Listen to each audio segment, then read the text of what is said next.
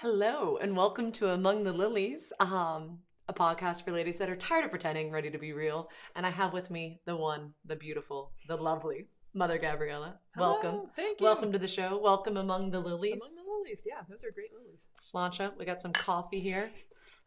Trying to get rid of the morning eye. Right. Trying to just wake up a little bit and just, yeah, pretty much. So could you introduce yourself to our ladies? Sure. So my name is Mother Gabriella from Christ the Bridegroom Monastery, and I have been at the monastery for a little over 11 years. We are a Byzantine Catholic community in Northeast Ohio, in Burton, up in Geauga County with all the Amish. And we're from the Eparchy of Parma. We have our main works are prayer and hospitality, so we have a monastic prayer schedule that we keep when we're at the monastery, and then also we offer our home for hospitality to those who want to come on retreat or want to come for Vespers and dinner or for Divine Liturgy with us. And that's just a little flash in the pan. Yeah, that's great. I love that you've been there like Kiara's entire life and then some. Like if you look at a person, you're like, I've been in longer than you've existed. Yeah, that's crazy. Absolutely. Yeah, it's cool. I don't know. I just love thinking of it like in that aspect. I remember when Matt and I hit 12 years for our wedding anniversary. He's like, longer than we were ever in school. I was like, that's crazy. We've been together and married longer. I've thought of that in regards to like, I'm in the monastery 3 times plus longer than I worked. Like, that's weird. Yeah, right? Yeah. Well, I am so happy to have you.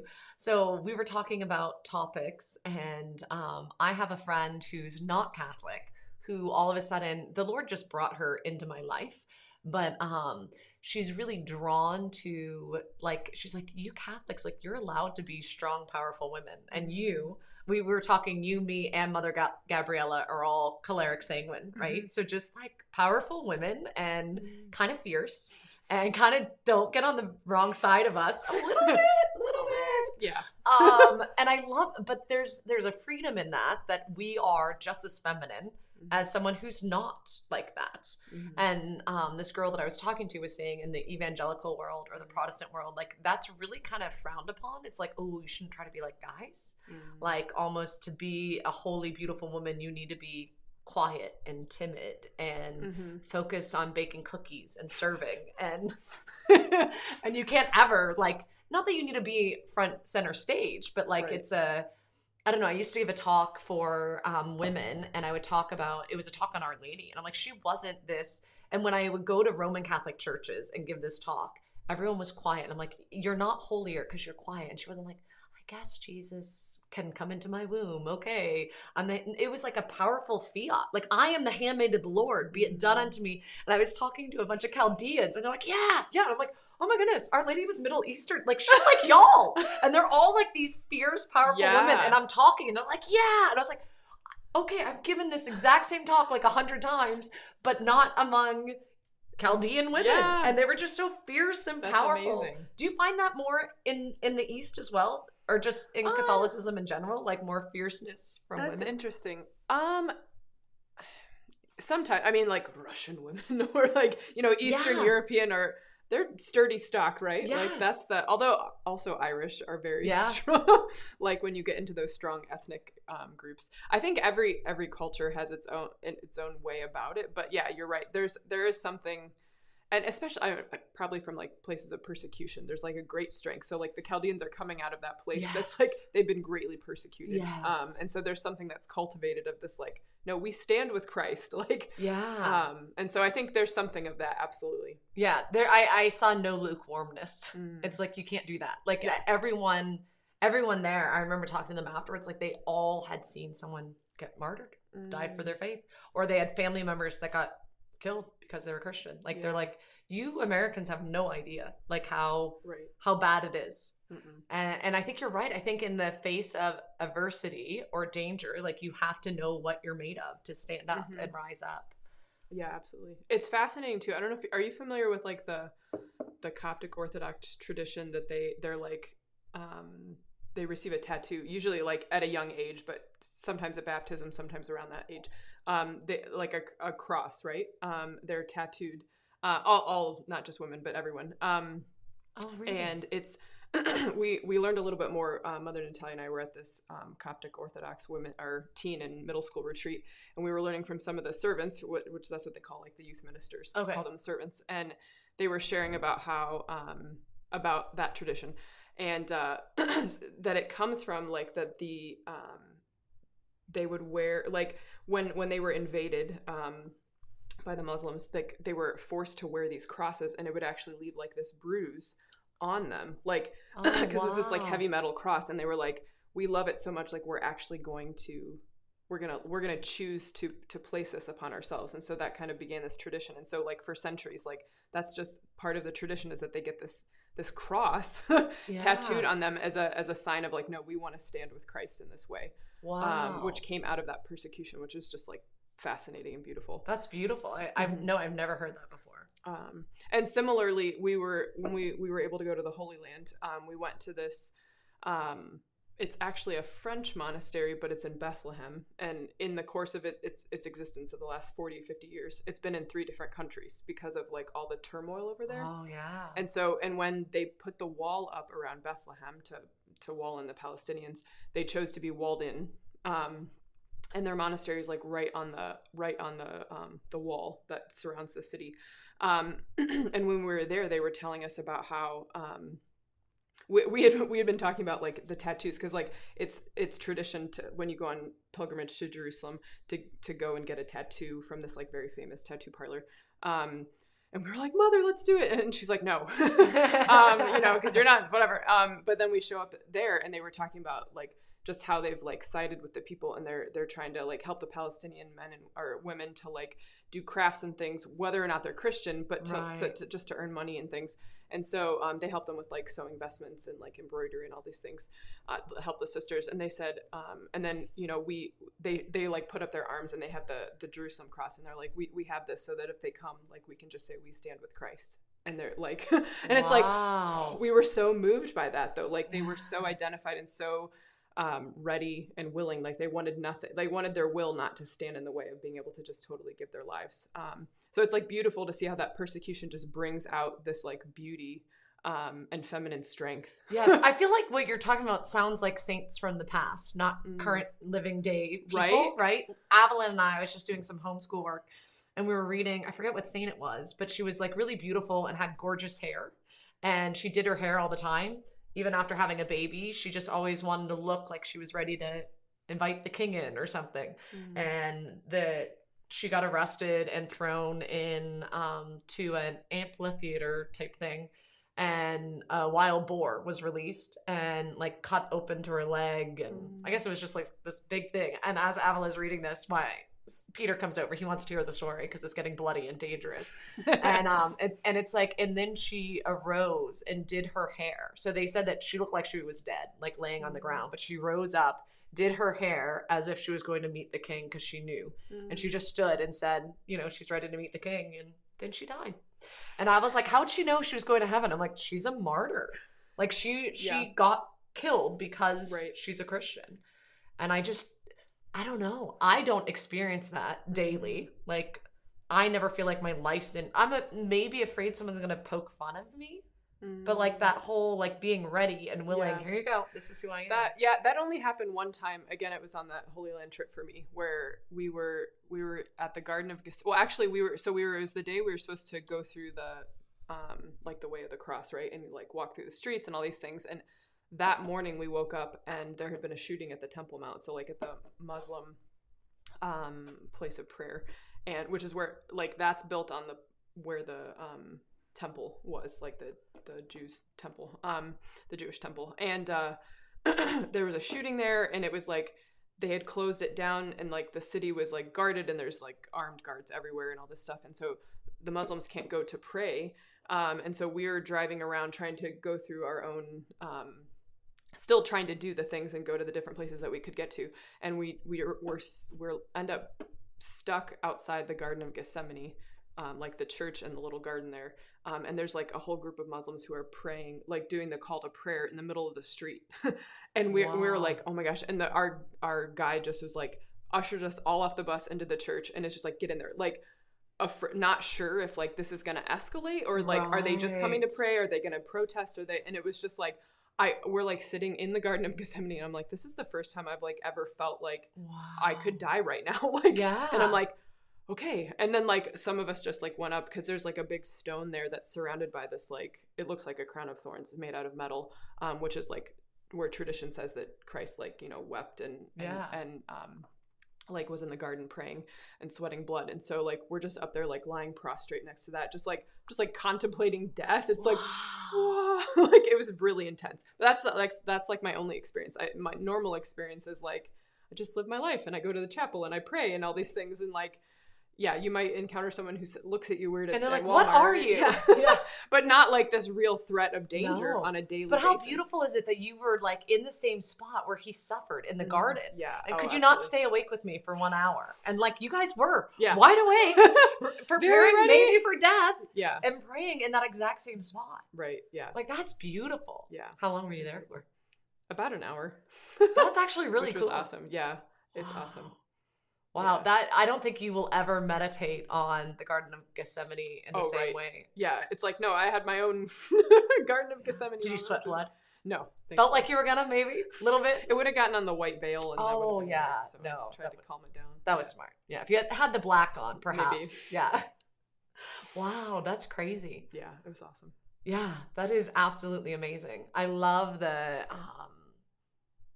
I don't know. Sometimes it's nice to have that fear, and then because I think oftentimes we don't know what we'll do in these moments, right? Oh, and then to actually have the moment, and it's like, okay, what am I going to do? And it's either I think you really only have two options: cowardly, just turn in on yourself and have a pity party, or be courageous and rise up and okay, bring it on. Whatever you want, Lord, your will be done. Yeah. Right? Like I don't think you could be in that spot and not take one of those two. Correct me if I'm wrong. No, I think so. I think I guess the only other thing is you could just totally check out. Okay, yeah. I guess like, that's an option. But I think oftentimes it pushes you. It show well, and it's a barometer, I think, of like where will I go? Like what will I do? Like, and that is a good reminder. Like, okay, well, I don't feel like I'm ready, and I'm turning inward, and okay, well then I need to start living the memento mori. Like, am I remembering my death every day? No, I'm not. Okay. Like, okay. Not as much as I am in this very moment. Right, yeah. Exactly. Like, I need to be aware of that, and how, do I feel ready to meet Christ? Well, no. And so, yeah, exactly. Yeah. And then what you would do to, I barely did my hair today. So, like, the hair's not my thing. So, like, reading that story, like, but it's like, okay, that was her thing. She wanted to look ready to meet the king. So I feel like there's got to be something internally. And it's like, okay, I need to prepare myself. Like, what is it? You know, I think in moments like that, I go into like super speeding Hail Marys. Like when I don't know what else to do, it's just like, or maybe for you, maybe it's the Jesus prayer. Like what's your like go-to? That's a good question. I think for me, it's actually funny. I was, probably the Jesus prayer, and probably also just like random, like, just like whatever's kind of coming to my heart and offering that to the Lord. Like, okay, I'm scared right now. Okay, this is what I'm feeling. It's interesting though. I think what's beautiful about those moments though, is that it pushes, for me, like crisis is like where I shine. Like, okay, great. I know what to do in a crisis. Okay. I need to be calm, cool, collected. And I will just, it's like in the daily. I think that may be a choleric thing. Cause I'm the same, like in an emergency situation, I'm like, not a problem. I've got this. Let's do this, this, and this. And people are like, oh my goodness. And I'm like, I don't have, it's just like action. Okay, go. Yeah. And then afterwards is when you're like, then I have to just think about everything I did wrong. And then it's like, I did that all. Or in the daily slog of things, you're like, well, I just don't. You're like, the like sloth of like, meh, I don't want, but it's like, give me a crisis and I can do it. Yes. Yeah. Totally. Thriving in crisis, which is weird. It's a weird gift, but no, I think, I wonder if it is, because I think Mother Natalia is the same as well, and at least one of my kids that's very choleric is like that too, so I think it may be a connection thing. But what I feel like I lost my train of thought. I was gonna ask you something on that. No, I don't remember. Never mind. Okay. Look, bird. Sorry, my ADD got the best of me in this moment. Okay. So let's go back. Okay. Strong female. Holy Land was really good. But what is your... Yes. Okay. So I'm talking about strong, powerful women. Obviously, we know that you are one of these people. I feel like maybe I'm one of these people. I think that is this something that you've always had since you were little? Like, were you drawn to more... We can talk to whatever saints you were drawn to, but like, were you ever told that you shouldn't be like this because you're a little more... Yeah, I got that impression often. Like, and I think it's also the evil one has like tried to tell me those things about myself, because I had that. Growing up, I've been this tall since I'm like almost 5'11", 5'10 and a half. And I've been this tall since I was 13, right? So I was always like a very tall child. Yeah, I think I stopped. I think I hit like 5'8", 5'9" in like 5th grade. I've been the same height ever since. So it's crazy tall back then, and now more people have caught up. Yeah, exactly. And so that's like, that was very defined. And I was just like bigger than everybody else, like from a very young age. And so like, including the boys, which is awkward, right? Because you're like, you don't want to, especially as a woman, you're like, I want to be cared for. It's like, I don't want to be bigger than you. I went to a Catholic school and they made you stand in the back too. I was like, why am I the like, come on, I already feel self-conscious. Why be like, and you're the tallest, so get at the end of the line. You're like, great, look at all these boys way in front of me. And then like I think there was like 3 or 4 girls that we were just really tall and we were in the back of the line. I'm like, why? Why did they do that? It's like the back of the bus with rows of cars. Come on, man. Yeah, that was like my experience from a young age. And also just like, it's funny because like I would experience myself, I think of myself internally, like I'm a big Saint Bernard puppy dog. Like I'm just like, but I'm like big and like but apparently how it comes across is more like a Doberman. Like I just have that like a very strong, like external, which... Towards everyone or just women? That's a good question. I think it's towards everyone. Like, people just come across, like, people are, like, intimidated by me. And I'm just like... I get that a lot, too. You're really intimidating. I'm like, I don't mean to be. I'm just being me. Yeah. And so, like, it's hard when you encounter that. And, like, people saying to me, like, even some of my sisters, when they first met me, like, in discernment, they're just like, I was scared of you. And I'm like, I'm so nice. You are. You're very nice. I'm not afraid of you. Thank you. Yeah. It's like, but I see what you mean. And I think it's more just having a stronger personality.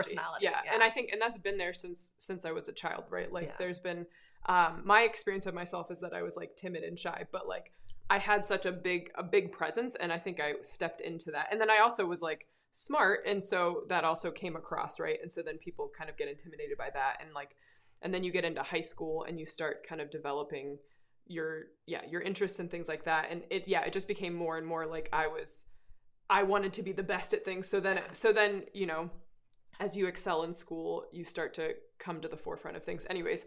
And, that was just my experience, was like always wanting to be the best. And so therefore, like, you kind of have to put on this very strong personality that came naturally to me. Right. But still inside, I'm like, I don't know why people think I'm so mean. I'm like, I'm just being me. Because it's also like the difference of like how you do work, right? Yeah. Like again, in community, you have to learn how to modulate your voice and talk to people, because it's like people with a more sensitive temperament, like, think just because I'm talking very strongly about this thing, it's like, no, we're just working. I'm being choleric right now. Like, I'm like, no. I'm in work mode. I'm not being mean. I'm just trying to get everything done. Right. So move out of the way so we can get everything done. Yeah, no, that's my life. And then they're like, but I feel mean. And I'm like, I wasn't trying to be mean. And so it's like, but you have to learn, like, I've had to learn how to kind of channel that. Like, okay, well, I can't just come into a room and take control. Like, I need to like be, a little more sensitive. But it's interesting. Some of the saints who I've kind of walked with, well, so we both have Joan of Arc as our confirmation saint, but you probably have hopefully have a better reason for why you picked her. No, let's hear your reason first. So in 8th grade, I was praying about like, okay, who should my patron saint be for confirmation? And then I was like, well, I can't really imagine life after high school. And Joan of Arc died like when I thought at that point 17, but it's actually 19. I'm like, so probably I'm going to die when I'm like 17 or 19 or something. And so I'll just pick her. Wow, that is way different than me. Yeah. Like it was like a really strange, like, I just can't imagine, like I could imagine high school, but I couldn't imagine after that. So I was like, probably I'll just die. Well, there's also like Maria Goretti. There's a lot of saints that died young. Yeah. But there was, I think it was also something about her being this like soldier. Powerful, in this. yeah. And I remember like going through the line for confirmation, and I come up to the bishop, and he's like, Joan, like, strong woman. Like, and he said that to me, and I was like, oh, yes, strong woman. That's me. Yeah. All right.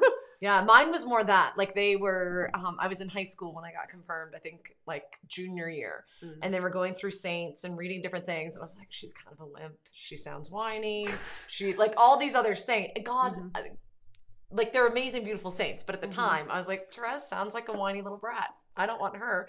No offense, Therese. Love you now. But actually, if you want to come with us, we're going to see Therese and Joan of Arc in... That's awesome. June. In France. I'm so excited.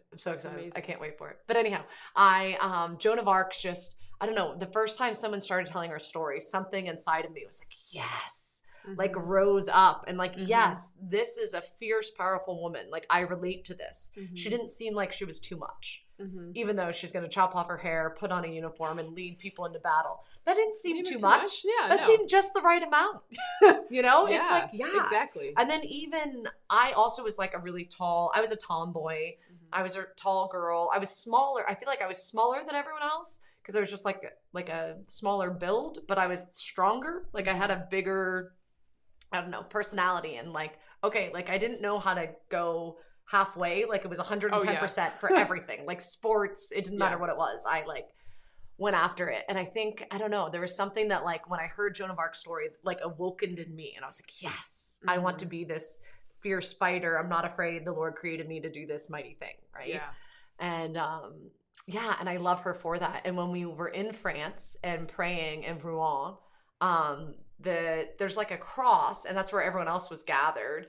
And there's like a cross made out of metal, and people are praying, and it's like, this is where, and there's like a plaque, I think, saying this is where Joan of Arc was burned. But I don't like crowds or the whole listening to the tour guide. So I'm like ADD, and I wandered off to this area where there was just a bush, and I just felt called to put my hand in the dirt and just praying and asking for her intercession and for her to give me her strength and courage and to just do whatever the Lord's calling me to do. I felt called to put my hand in the dirt there, and I did, and I was just praying.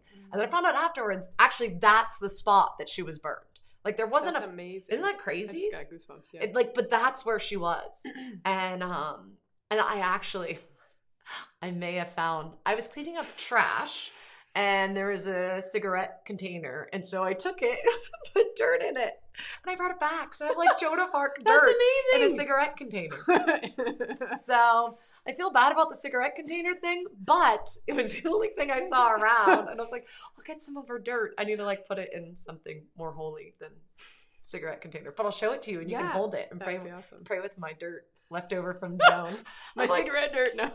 My Joan of Arc dust, you know? Like, hey, she was burned in the same spot. And just that courage and Yeah, you were talking about another woman too, who was so Saint Jane de Chantal. So she helped Francis de Sales found the Visitation Sisters in France. And so they started off as kind of this like religious community that like served the poor, but they were ahead of their time. And so they're actually cloistered, but that's not how they were intended to be. But she had like a crazy life. She was married at 20 to this like baron. And he died when she was 28 in this like freak hunting accident. And so she ends up taking a vow of chastity, and then she's like going back and forth between like her father and her father-in-law's estates. And she was like doing things like managing, like giving things to the poor and managing their estates for them. She's known for being like a good businesswoman, like, which is awesome because I studied way before accounting. Her time. Yeah, totally. Yeah. So I was like, great. She was good with it. It said something in one of the accounts, like she was good with settling account, or, you know, with their accounts. And I was like, yes, she's my woman. But then she's also, she also like helps to she starts all of these houses of the Visitation. Well, she encounters Francis de Sales. She goes to hear like a Lenten mission or something, and just like was not really like, she was with a spiritual director who wasn't very good for her. And so she started to meet with him, and they just like, they had a beautiful spiritual bond and friendship that just like traversed the rest of both of their lives until he passed away. And then he passed away before her. But he helped her in formulating this vision for the visitation, which was meant for those who couldn't enter other communities, like because they were sick or they were elderly. Oh, okay. So they could come, and because they had a different version, like a smaller version of the office that they would pray, and but it was meant for those who couldn't go to other communities, which is really beautiful. Oh, interesting. Yeah, kind of like not the forgotten vocations, but the sorry, you're too late, too old, or too whatever. Exactly. But here's a place where you belong. Right. And you can still come and pray and and give yourself to the Lord. And so her the rest of her life was spent, once, and it was like once her kids, she had to like wait for her kids to grow up a bit. And then, and even then she kind of left and kind of entrusted them, some of the younger ones, and started these different houses and things with Francis over a number of years throughout France. It's just really, so anyways, she just has this like strong, like, personality of like, I can take care of the books, I can do this, I can, whatever. And that just like very much drew me. And she's like helping to found she founds this community, which is like being part of a very new monastery is like, I get you, like, I get you. And then totally. I was recently asked to start helping with, to be the formation director at the monastery. And so a friend of mine who is an oblate of St. Francis de Sales was like, have you prayed to Jane? Like, she was forming, and I was like, I didn't even think of her in that way. That's amazing. And so I started praying to her, like, please help. Yes. You're like, give me all your wisdom as I'm doing this. Yeah. Yeah. Yeah. Isn't that amazing? Because I think being a mom is hard enough, having a husband, let alone one that dies, and then being a single mom. And I don't know, I would think most people would just turn inward and like, I can't do anything but focus here. Right. But instead it's like, all right, the Lord's given me these gifts. I'm going to do this, like, that's amazing. Like still juggling, taking care of her family, but also helping found these orders. I think maybe that's part of the whole, like, my burden is light, my yoke is easy type thing. It's like, if we're doing what we're supposed to be doing. So my thing is like, so often I'm like, why is life so hard? I'm like, Lord, am I not doing what you want me to do? Like maybe I think that I need to be doing these things, but sometimes it feels like it's too hard. And I think when we hear about saints, we're like, I think it's just in them, right? And it's like they're just doing what comes natural. And I don't know, tapping into that gift that the Lord gave them, where like if I try to do accounting stuff, oh my goodness, I would like, I get frazzled just trying to pay taxes, right? Like that's just not my gift. Or like trying to sew something, or, I don't know. There's stuff like that I'm like, that's so not relaxing. Like I have a friend that loves knitting and she's like, oh, it's so calming. And I'm like, oh gosh, this is just frustrating. Like this doesn't look fun at all. Like I helped her make like a yarn ball. And I'm like, even this is not fun. And she's like, isn't it soothing? I'm like, no, it's not. I'm glad you find it soothing, but I don't. But do you think that, oh, sorry, I just totally spit on you. That's great. Yeah, you needed a shower, right? I apologize. Do you think that's part of it? Like, because I feel like that's a lot that she was doing and taking on. But do you think that's maybe part of it? Like if that's what, I don't know, God's calling you to, gives you the grace? Yeah, I think, and I think we think that it will all, like, just because we can do it, that it will feel easy, right? Like, as you were saying that, what came to my mind was like, yeah, it probably always felt hard. Like, yeah, it still felt hard. It still felt hard. Like, and I was actually just praying. I was praying a couple days this past week with that scripture of, come to me, all of you who are heavy laden, and I will give you rest.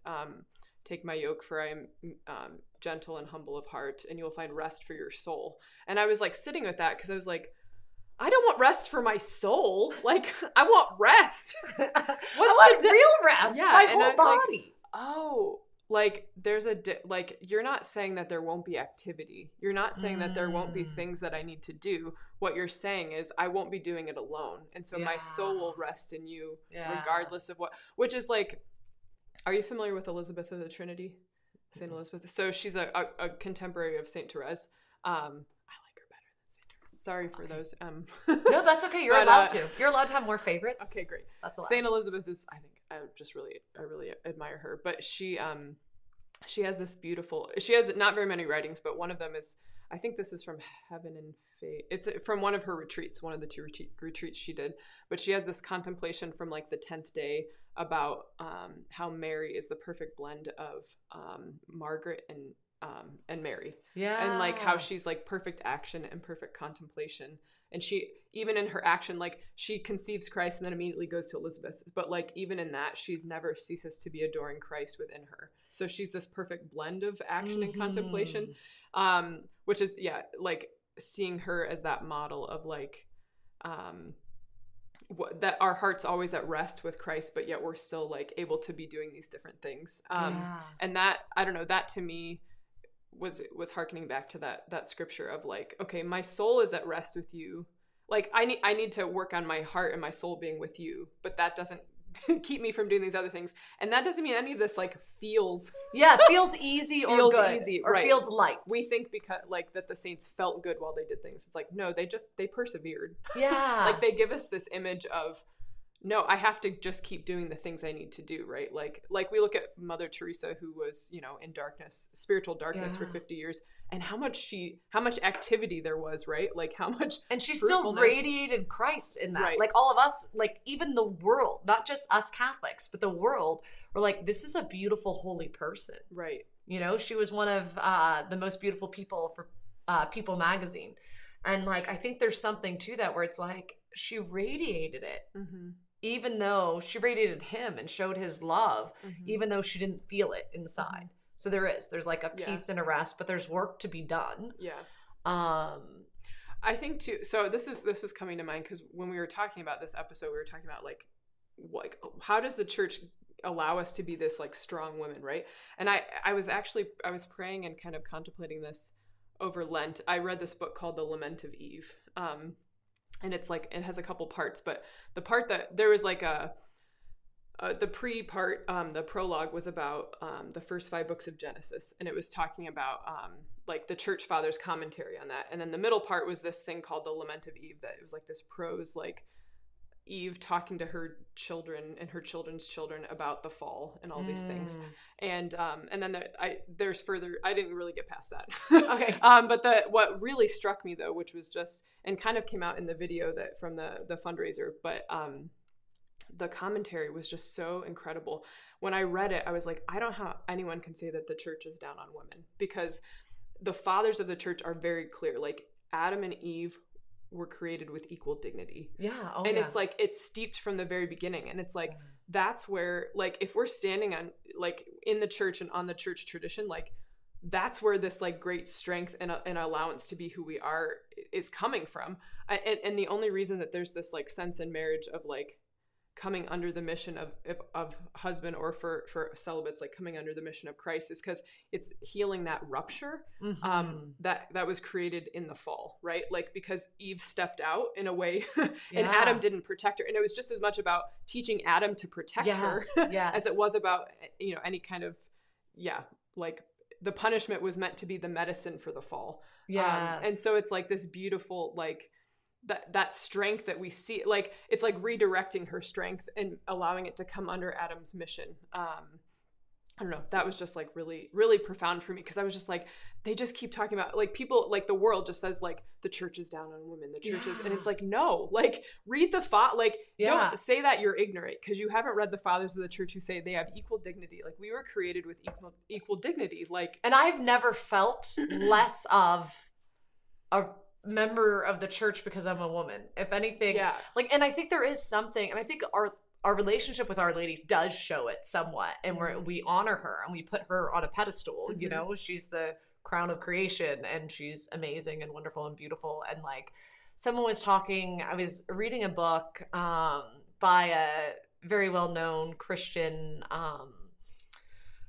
who was talking about like God the Father and the relationship, but then it's like, but God also has this motherly side because he's neither male nor female, and things he was saying, while true, was like, I feel like we get that from Our Lady. Like, it was just something where I don't know, I always feel like Our Lady from a very young age like mothered me and looked after me and was just there for me, but not in a come to me instead of Jesus, but come to me, let me hold you, comfort you, and bring you to my son, And I think that, I think what you said about her going to Elizabeth too is so true. It's like, yes, saying yes, having this, but she didn't, by going and helping Elizabeth, she wasn't like adoring Christ in her womb any less, you know, in her heart and womb, I guess, technically, right? I'm like, Jesus here.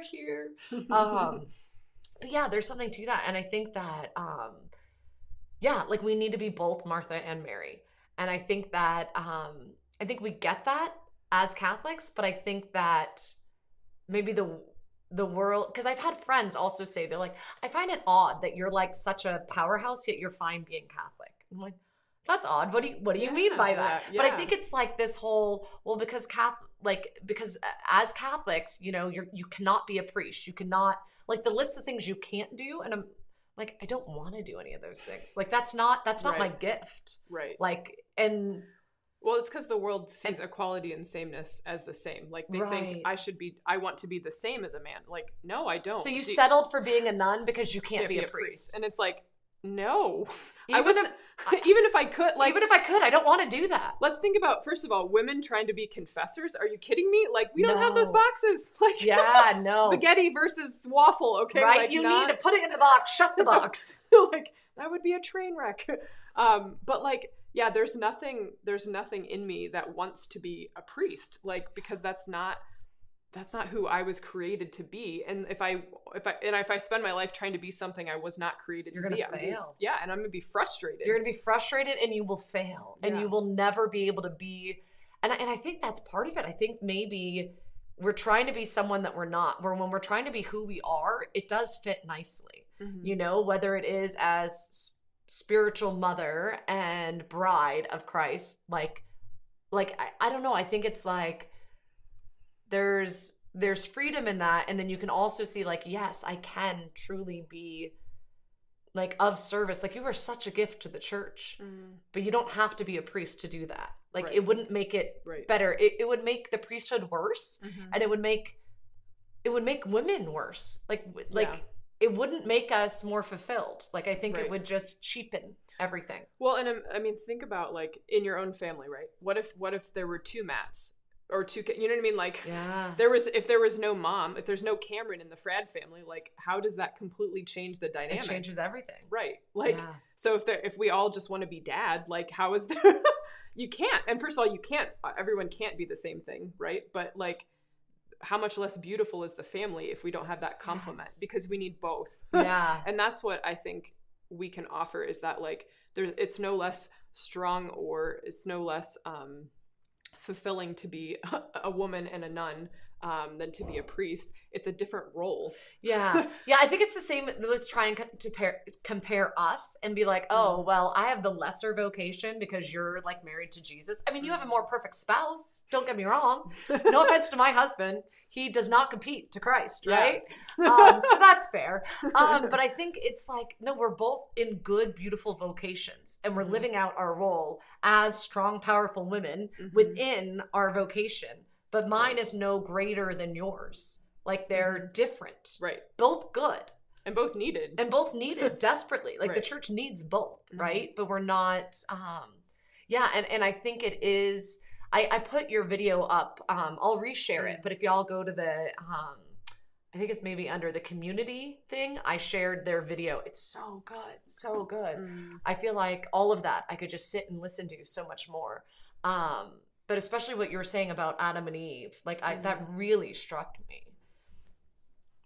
And I just thought that was fascinating. It is like, this is who we were created to be, and our, equality from the very beginning, you know? And not same, like they were very different. Yes. Like, I love when Christopher West always says, like, do you ever just look down and think, like, why, God, did you create us? Like, but clearly we're different, right? Clearly.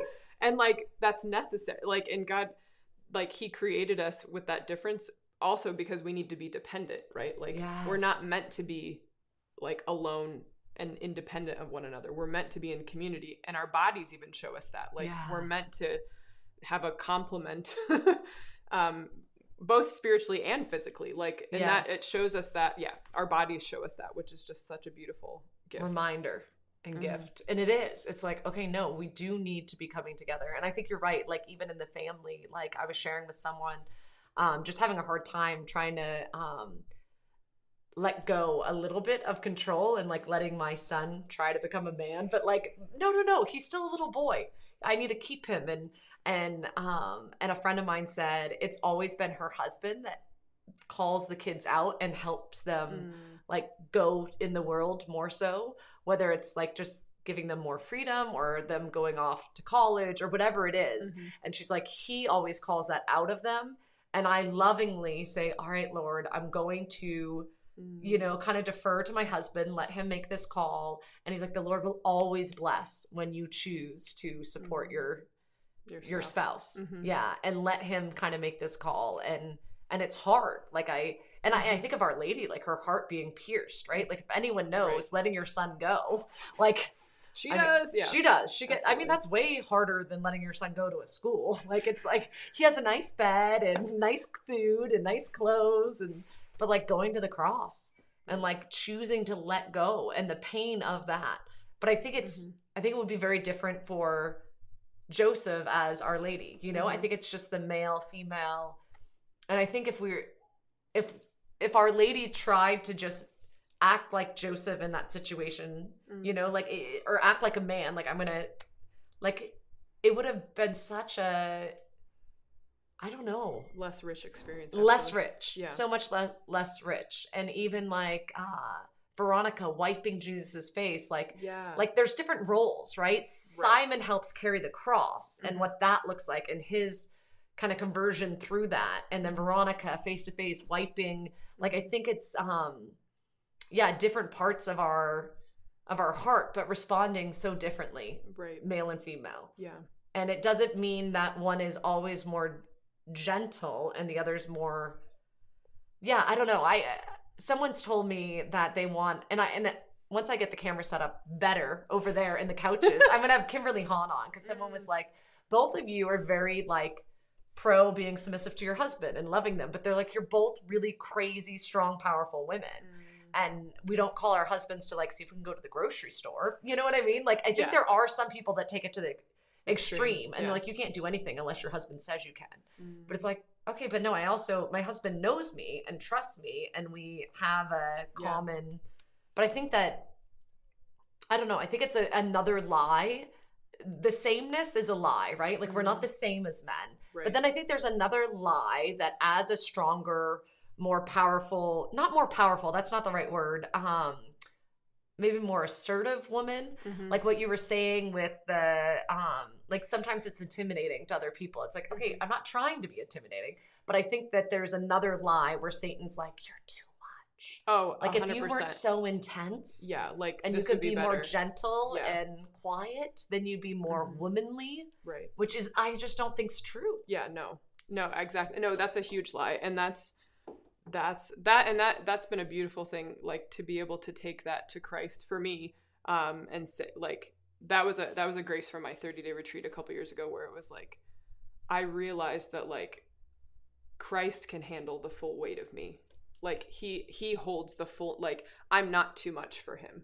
Like, and to have that assurance, like that's the same for all of us, and holding us fully. Like, we're not too much for him. Exactly. That's a lie from the evil one. Like, I'm too much. I need to be less. I need to be more meek. I need to be whatever. And it's like, we need to seek meekness, but we need to also be who God's created us to be. And actually, like, that's not like throwing out the strong part of my personality. That's learning how to engage and live with and in, right? Like, actually, I was thinking this morning as I was praying about this episode, I was thinking about how I think a big temptation, and maybe, I don't know, for me, is to self-reliance, like with a strong personality. Yes, very and like, much so. Part of what we have to learn. Were you listening to my confession last week? I was pretty sure. Or the week before, or the week before, or the month before, or a couple of years ago. Yes, self-reliance always comes up. And I think that's what's beautiful is that we in the church have this witness of the saints of like how to turn that like temptation to self-reliance into a place of receptivity, right? To be dependent upon the Lord to guide the strength that we have, rather than I'm going to go for it. Like, right. Like even Joan particularly, like she has a great strength in her to say, like, I hear God saying this, but like, it's always dependent upon what God's saying to her and leading her into battle and leading her into whether that's victory or defeat. Like, she's following him because she's fully dependent, right? Yes. And so allowing him to be the strength that undergirds yeah. how we use the gifts he's given us. Yes. Yes, because otherwise we have the potential to be a bulldozer going in the wrong direction. Yes. Yeah. I who am the first. Yes. Ditto. And I think it's I have a friend that's always like, it's just about being well formed. Mm-hmm. And different temperaments have different things that they need to work on. But for someone that's more choleric, I think that's something that I have to be aware of. Mm-hmm. And not like, even I'll find myself taking over something. I'm like, oh wait, sorry, this is your thing. I'm gonna let you do that. And they're like, no, it's fine. And I'm like, I don't mean to, but it's like, if someone's not gonna rise up and take over and help everyone, then I'll do it. Because it's not hard. I don't find it difficult. It's like, so it's like the trying to be like, okay, no, I'm gonna let you do this. This is your thing. Sorry. Especially when I'm with people that do seem a little more timid. Mm-hmm. Yeah, but then I find a lot of times that's what they want too, though. It's like, no, I rather you just. And I'm like, okay, perfect. Okay, good. I like being in control. Yes. What would you like me to do? Okay. And I think that we can serve the church and serve each other in different ways. And I love that y'all are so different. Like, your order is, there are no two of y'all that are the same. Like, we're not all the same, but no two are the same. Yeah. And I think that there's like a freedom in that too. Like, and I don't know if that's mother, or if that's just part of y'all's charism, or if it's just because Byzantine is, I don't know. Maybe it's more just Byzantine, right? Yeah. Like, I think it's a combination, but yeah, absolutely. Yeah. It's a beautiful, I mean, even Mother Natalia and I have the same temperament, but you're so different. Yes. Yeah. Very different. Yeah. Similar temperament, but so different. Yeah. And I think what's beautiful, especially if y'all watch this video, I'll repost it, but I already had it up. But I loved in the video, like, there was so much wisdom coming out of each of you, and just I don't know what you said, and the way you said it was so beautiful and profound, and I felt like it was a beautiful garden, and each one of you were a completely different fruit or vegetable or flower, great. Like, but it showed the different sides, and you're like, yes, oh, that's so good, yes, but like, no two of you said anything that was alike or the same, even though sometimes you were on there together. Did someone come up with what to say, or was that all of y'all independently? Mother Petra and I kind of like tried to parse out what the different subjects were, and then kind of give like an idea, but then each person was supposed to kind of like express that from their own perspective, and like how they've struggled with it, or what they wanted to say kind of about that. Yeah. It was so beautiful. It was so profound. I don't know how long it took y'all, but it was worth every second that you spent on it, because every attack. I'm sure every attack. I'm sure there were so many, because it really is so. I'm like, this is the antidote. Like, this is the answer. So I know, like, we live in a world where, like, we have all these questions and basic things, like, what is a woman? Y'all showed what a woman was. It's like, you want to know what a woman is? Watch this. Here you go, 30 minutes. This is the beauty of woman. And just like, to put such a pulse on the world in which, I don't know, I feel like this video is so perfect for where we live right now, but I also would have gotten a bunch out of it if I had watched it when I was in high school, right? Like, it's timeless, and then it's also have courage, and like, Christ is victorious, like he is, I don't know, like, he is the answer. And it's like, we don't have to be lost, like, we have him, we are found, and we just need to say yes and persevere with him in it. Yeah, and there is something that the culture isn't offering us that, especially in Christ. That's more. Like, there's so much more than what the world has to offer. Yeah. And I think that there's something beautiful about I don't know. Like, I think it is, like, as I was saying, like that quote from the end of the Second Vatican Council, women that are imbued with the spirit of the gospel can do so much to aid humanity and not falling. It's like, that video is going to help people either not fall or give them the strength to get up. Yeah. And be like, just both are needed. Yeah. Yeah. Yeah. Because I think so many people have just given up. And it's like, we're in the handbasket. We're on our way to hell. What's the point?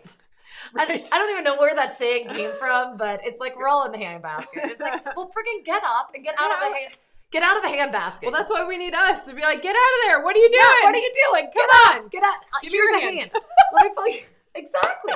The Lord created us to be strong women. Give me your hand and I will pull you out of the basket. Let's go. There's no reason for you to be on this basket headed to hell. Like, just get out. Yeah, I get it. You're a big fat sinner. Welcome to the club. Just get out of the basket and be a big fat sinner trying to go towards Christ.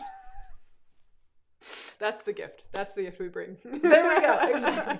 We can pull people out of handbaskets. Do you need that? Handbaskets going to hell? We can pull them out. The Lord's given us courage and strength. Instead of like operating rides at Cedar Point, where please step out of the handbasket. Come out of the handbasket. That's going to be your holy card one day. Patron saint of handbaskets going to hell. Or pulling people out of handbaskets going to hell. We'll have to get an acronym for it. It's a little long. Yeah, that is kind of long, but it'll be you with like a cute little pulling a little person out of a handbasket. With like little devils falling off, like from the ladder. Flicking the devils off. Flicking little demons, no problem. Helping people out of the handbasket. Oh, I love it. I love it. That's great. All right, what else? Any final thoughts or things? Or what about women that are listening right now and they're like, oh my goodness, you ladies are speaking my language. This is how I am. I am, and I think I am too much. Or I think that the world would be better if I was a guy because then my gifts would be acknowledged more and I could be more the initiator of the gift, right? And it's like, okay, I'm not supposed to be that, but I do have this stronger personality. Like, what's your advice to these women that are watching and it's like, I want to be like that, but my town doesn't allow that or my church doesn't allow that? Yeah. I think just an encouragement. First of all, you're not too much. Like, you're not too much for Jesus. You're not too much for the church. You're not too much for the world. Like, you were created beautiful just as you are. And you are a great gift. I think we're so much better served if we, instead of denying who we were created to be, we open that to the Lord and ask him how he wants us to use those gifts.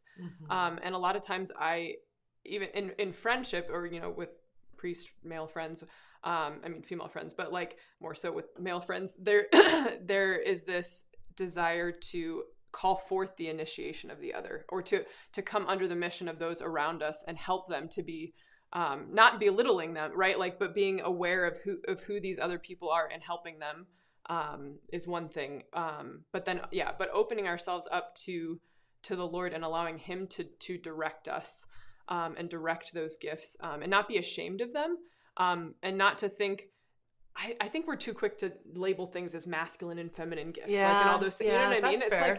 It's like, no, like, this is a gift. This is a gift. It doesn't matter who's gifted it. Like, it's my gift and the Lord's given it to me and I'm going to use it for him and with him. And that's more important than anything else, that it's being offered to him, and know that he receives it, even if you feel like no one else is receiving it, like to keep going back to him to be received, rather than trying to go, because people are always going to fail us. Like, the world is going to fail us, but Christ does not fail us. Like, he is the ultimate place that we will be received, now and in heaven.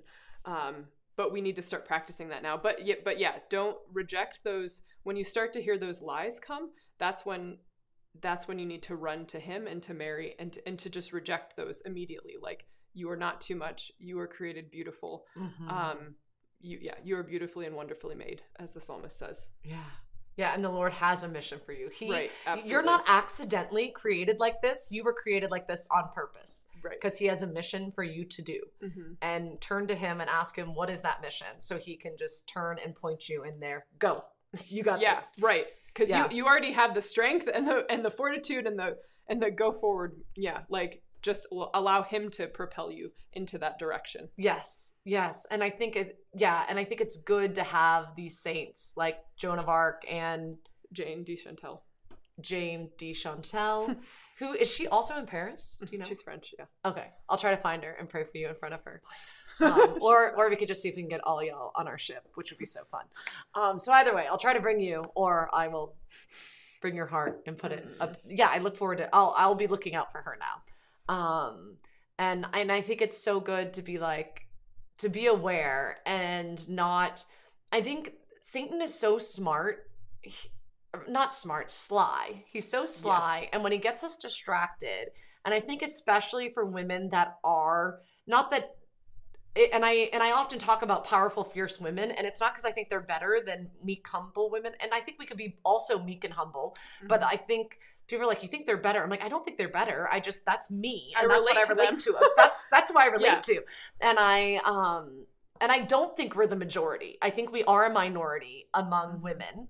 But I think that the Lord has created us good, and we don't need to be like this woman to be holy. We can be like us and be holy. But I think Satan is so sneaky to direct a lot of women that have more of our temperament and point out, look what you cannot do. Like, they won't let you be a priest. Right. They won't let you be a deacon. Right. They won't let you. And then we get angry. How dare you tell me I can't be that thing? I want to be that thing. And it's like, do you want to be the thing?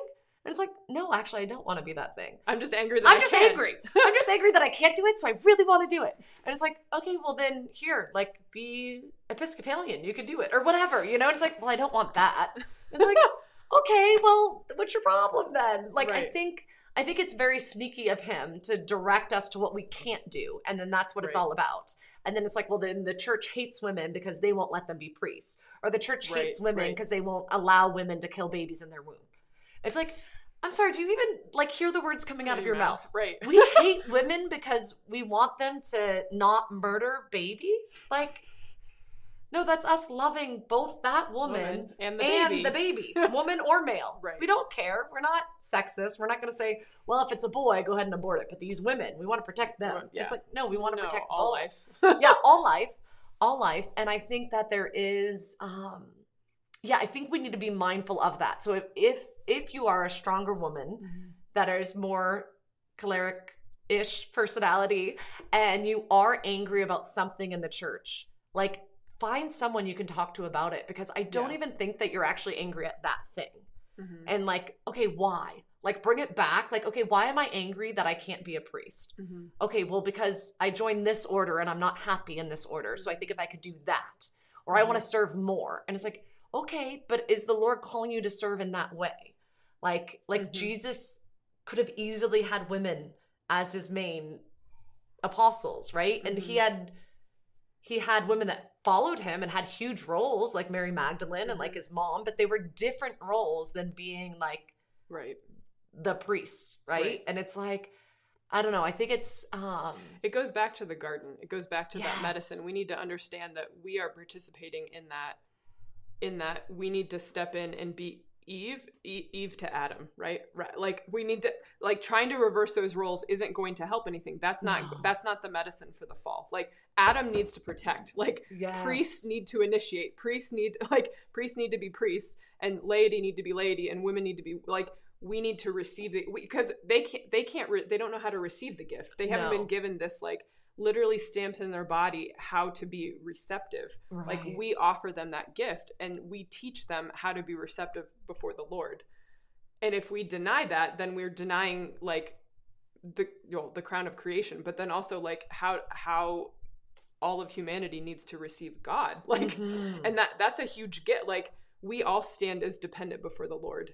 And if we are not persevering in being that receptive place, like, there won't be anyone to image that. And so there's no one to receive the gift of the priesthood or the gift of the church. Like, there's no one there. Like, the pews are empty, like, because no one wants to do that. Right. Yeah. And we need that. We need us doing that and modeling that, you know? I mean, that's why we needed the women standing at the foot of the cross. Like, Jesus needed Mary there to receive the gift that he was pouring out, because he's pouring it out and he's being jeered and he's being mocked and, like, all of these things. Like, we have to, like, that, and that takes strength. Like, people a lot of strength, more strength, I think, than not being there. And so Yes. We don't need to strive to be something that we haven't been asked to be or that we haven't been created to be. We need to be who we were created to be and how we were created to be. Yeah.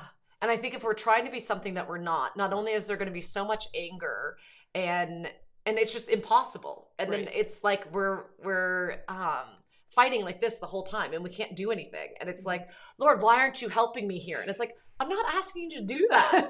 I just want you to sit over there. And it's like, no, I'm climbing this mountain. And it's like, why are you climbing the mountain? I told you to sit and rest. Like, just sit and receive me. Oh, but I really thought you wanted me to climb. No. Okay. I asked that guy in the rock climbing suit to climb the mountain because I gave him the gifts for that. And you're like, oh, okay. That's why that was so hard? Yeah, because I didn't ask you to do it. Okay. My bad. Oh, praise you, Jesus. Thank you. Thank you very much. I don't know. I think it's such a gift to see the fierceness of the feminine heart. And I think you embody that very well. And there's just a freedom in that too. It's like, okay, well, if you can be this fierce, powerful, beautiful, gentle woman living out your vocation, then I can do that too. You know? And I think that I think that it is a gift. And you are such a witness just through your spiritual motherhood and sisterhood. And I appreciate it. So thank you. Thank you very much. Do you mind closing us in prayer? I don't often do this, but I feel like your prayer at the beginning was so beautiful and lovely. I'm like, let's close in prayer too. Sure. And thank you, Cameron. Thank you for, receiving and also being your very strong, beautiful feminine self. You're a very much an inspiration to me. Thank you. You're so sweet. Father, Son, Holy Spirit. Amen. Amen. Heavenly Father, thank you so much for this time together. Thank you for the gift of your love for us as the women that you've created us to be. We just ask that you would be with each woman or each person who's watching this and just help them to more deeply receive the gift of themselves, the gift that you created them to be. Receive a new outpouring of your Holy Spirit to be empowered into that person and to go forth and to be in the world that light that you ask us to not cover by a bushel basket, but to set on a hill so that all may see you shining in them.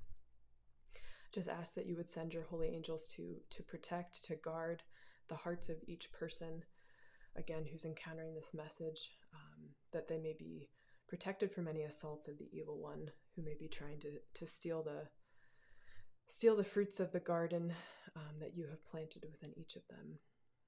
I asked Mary to wrap us again in her mantle of protection, and Joseph to stand guard as terror of demons, and also through the intercession of Saint Joan and Saint Jane de Chantal, that they would walk with us as we go forth.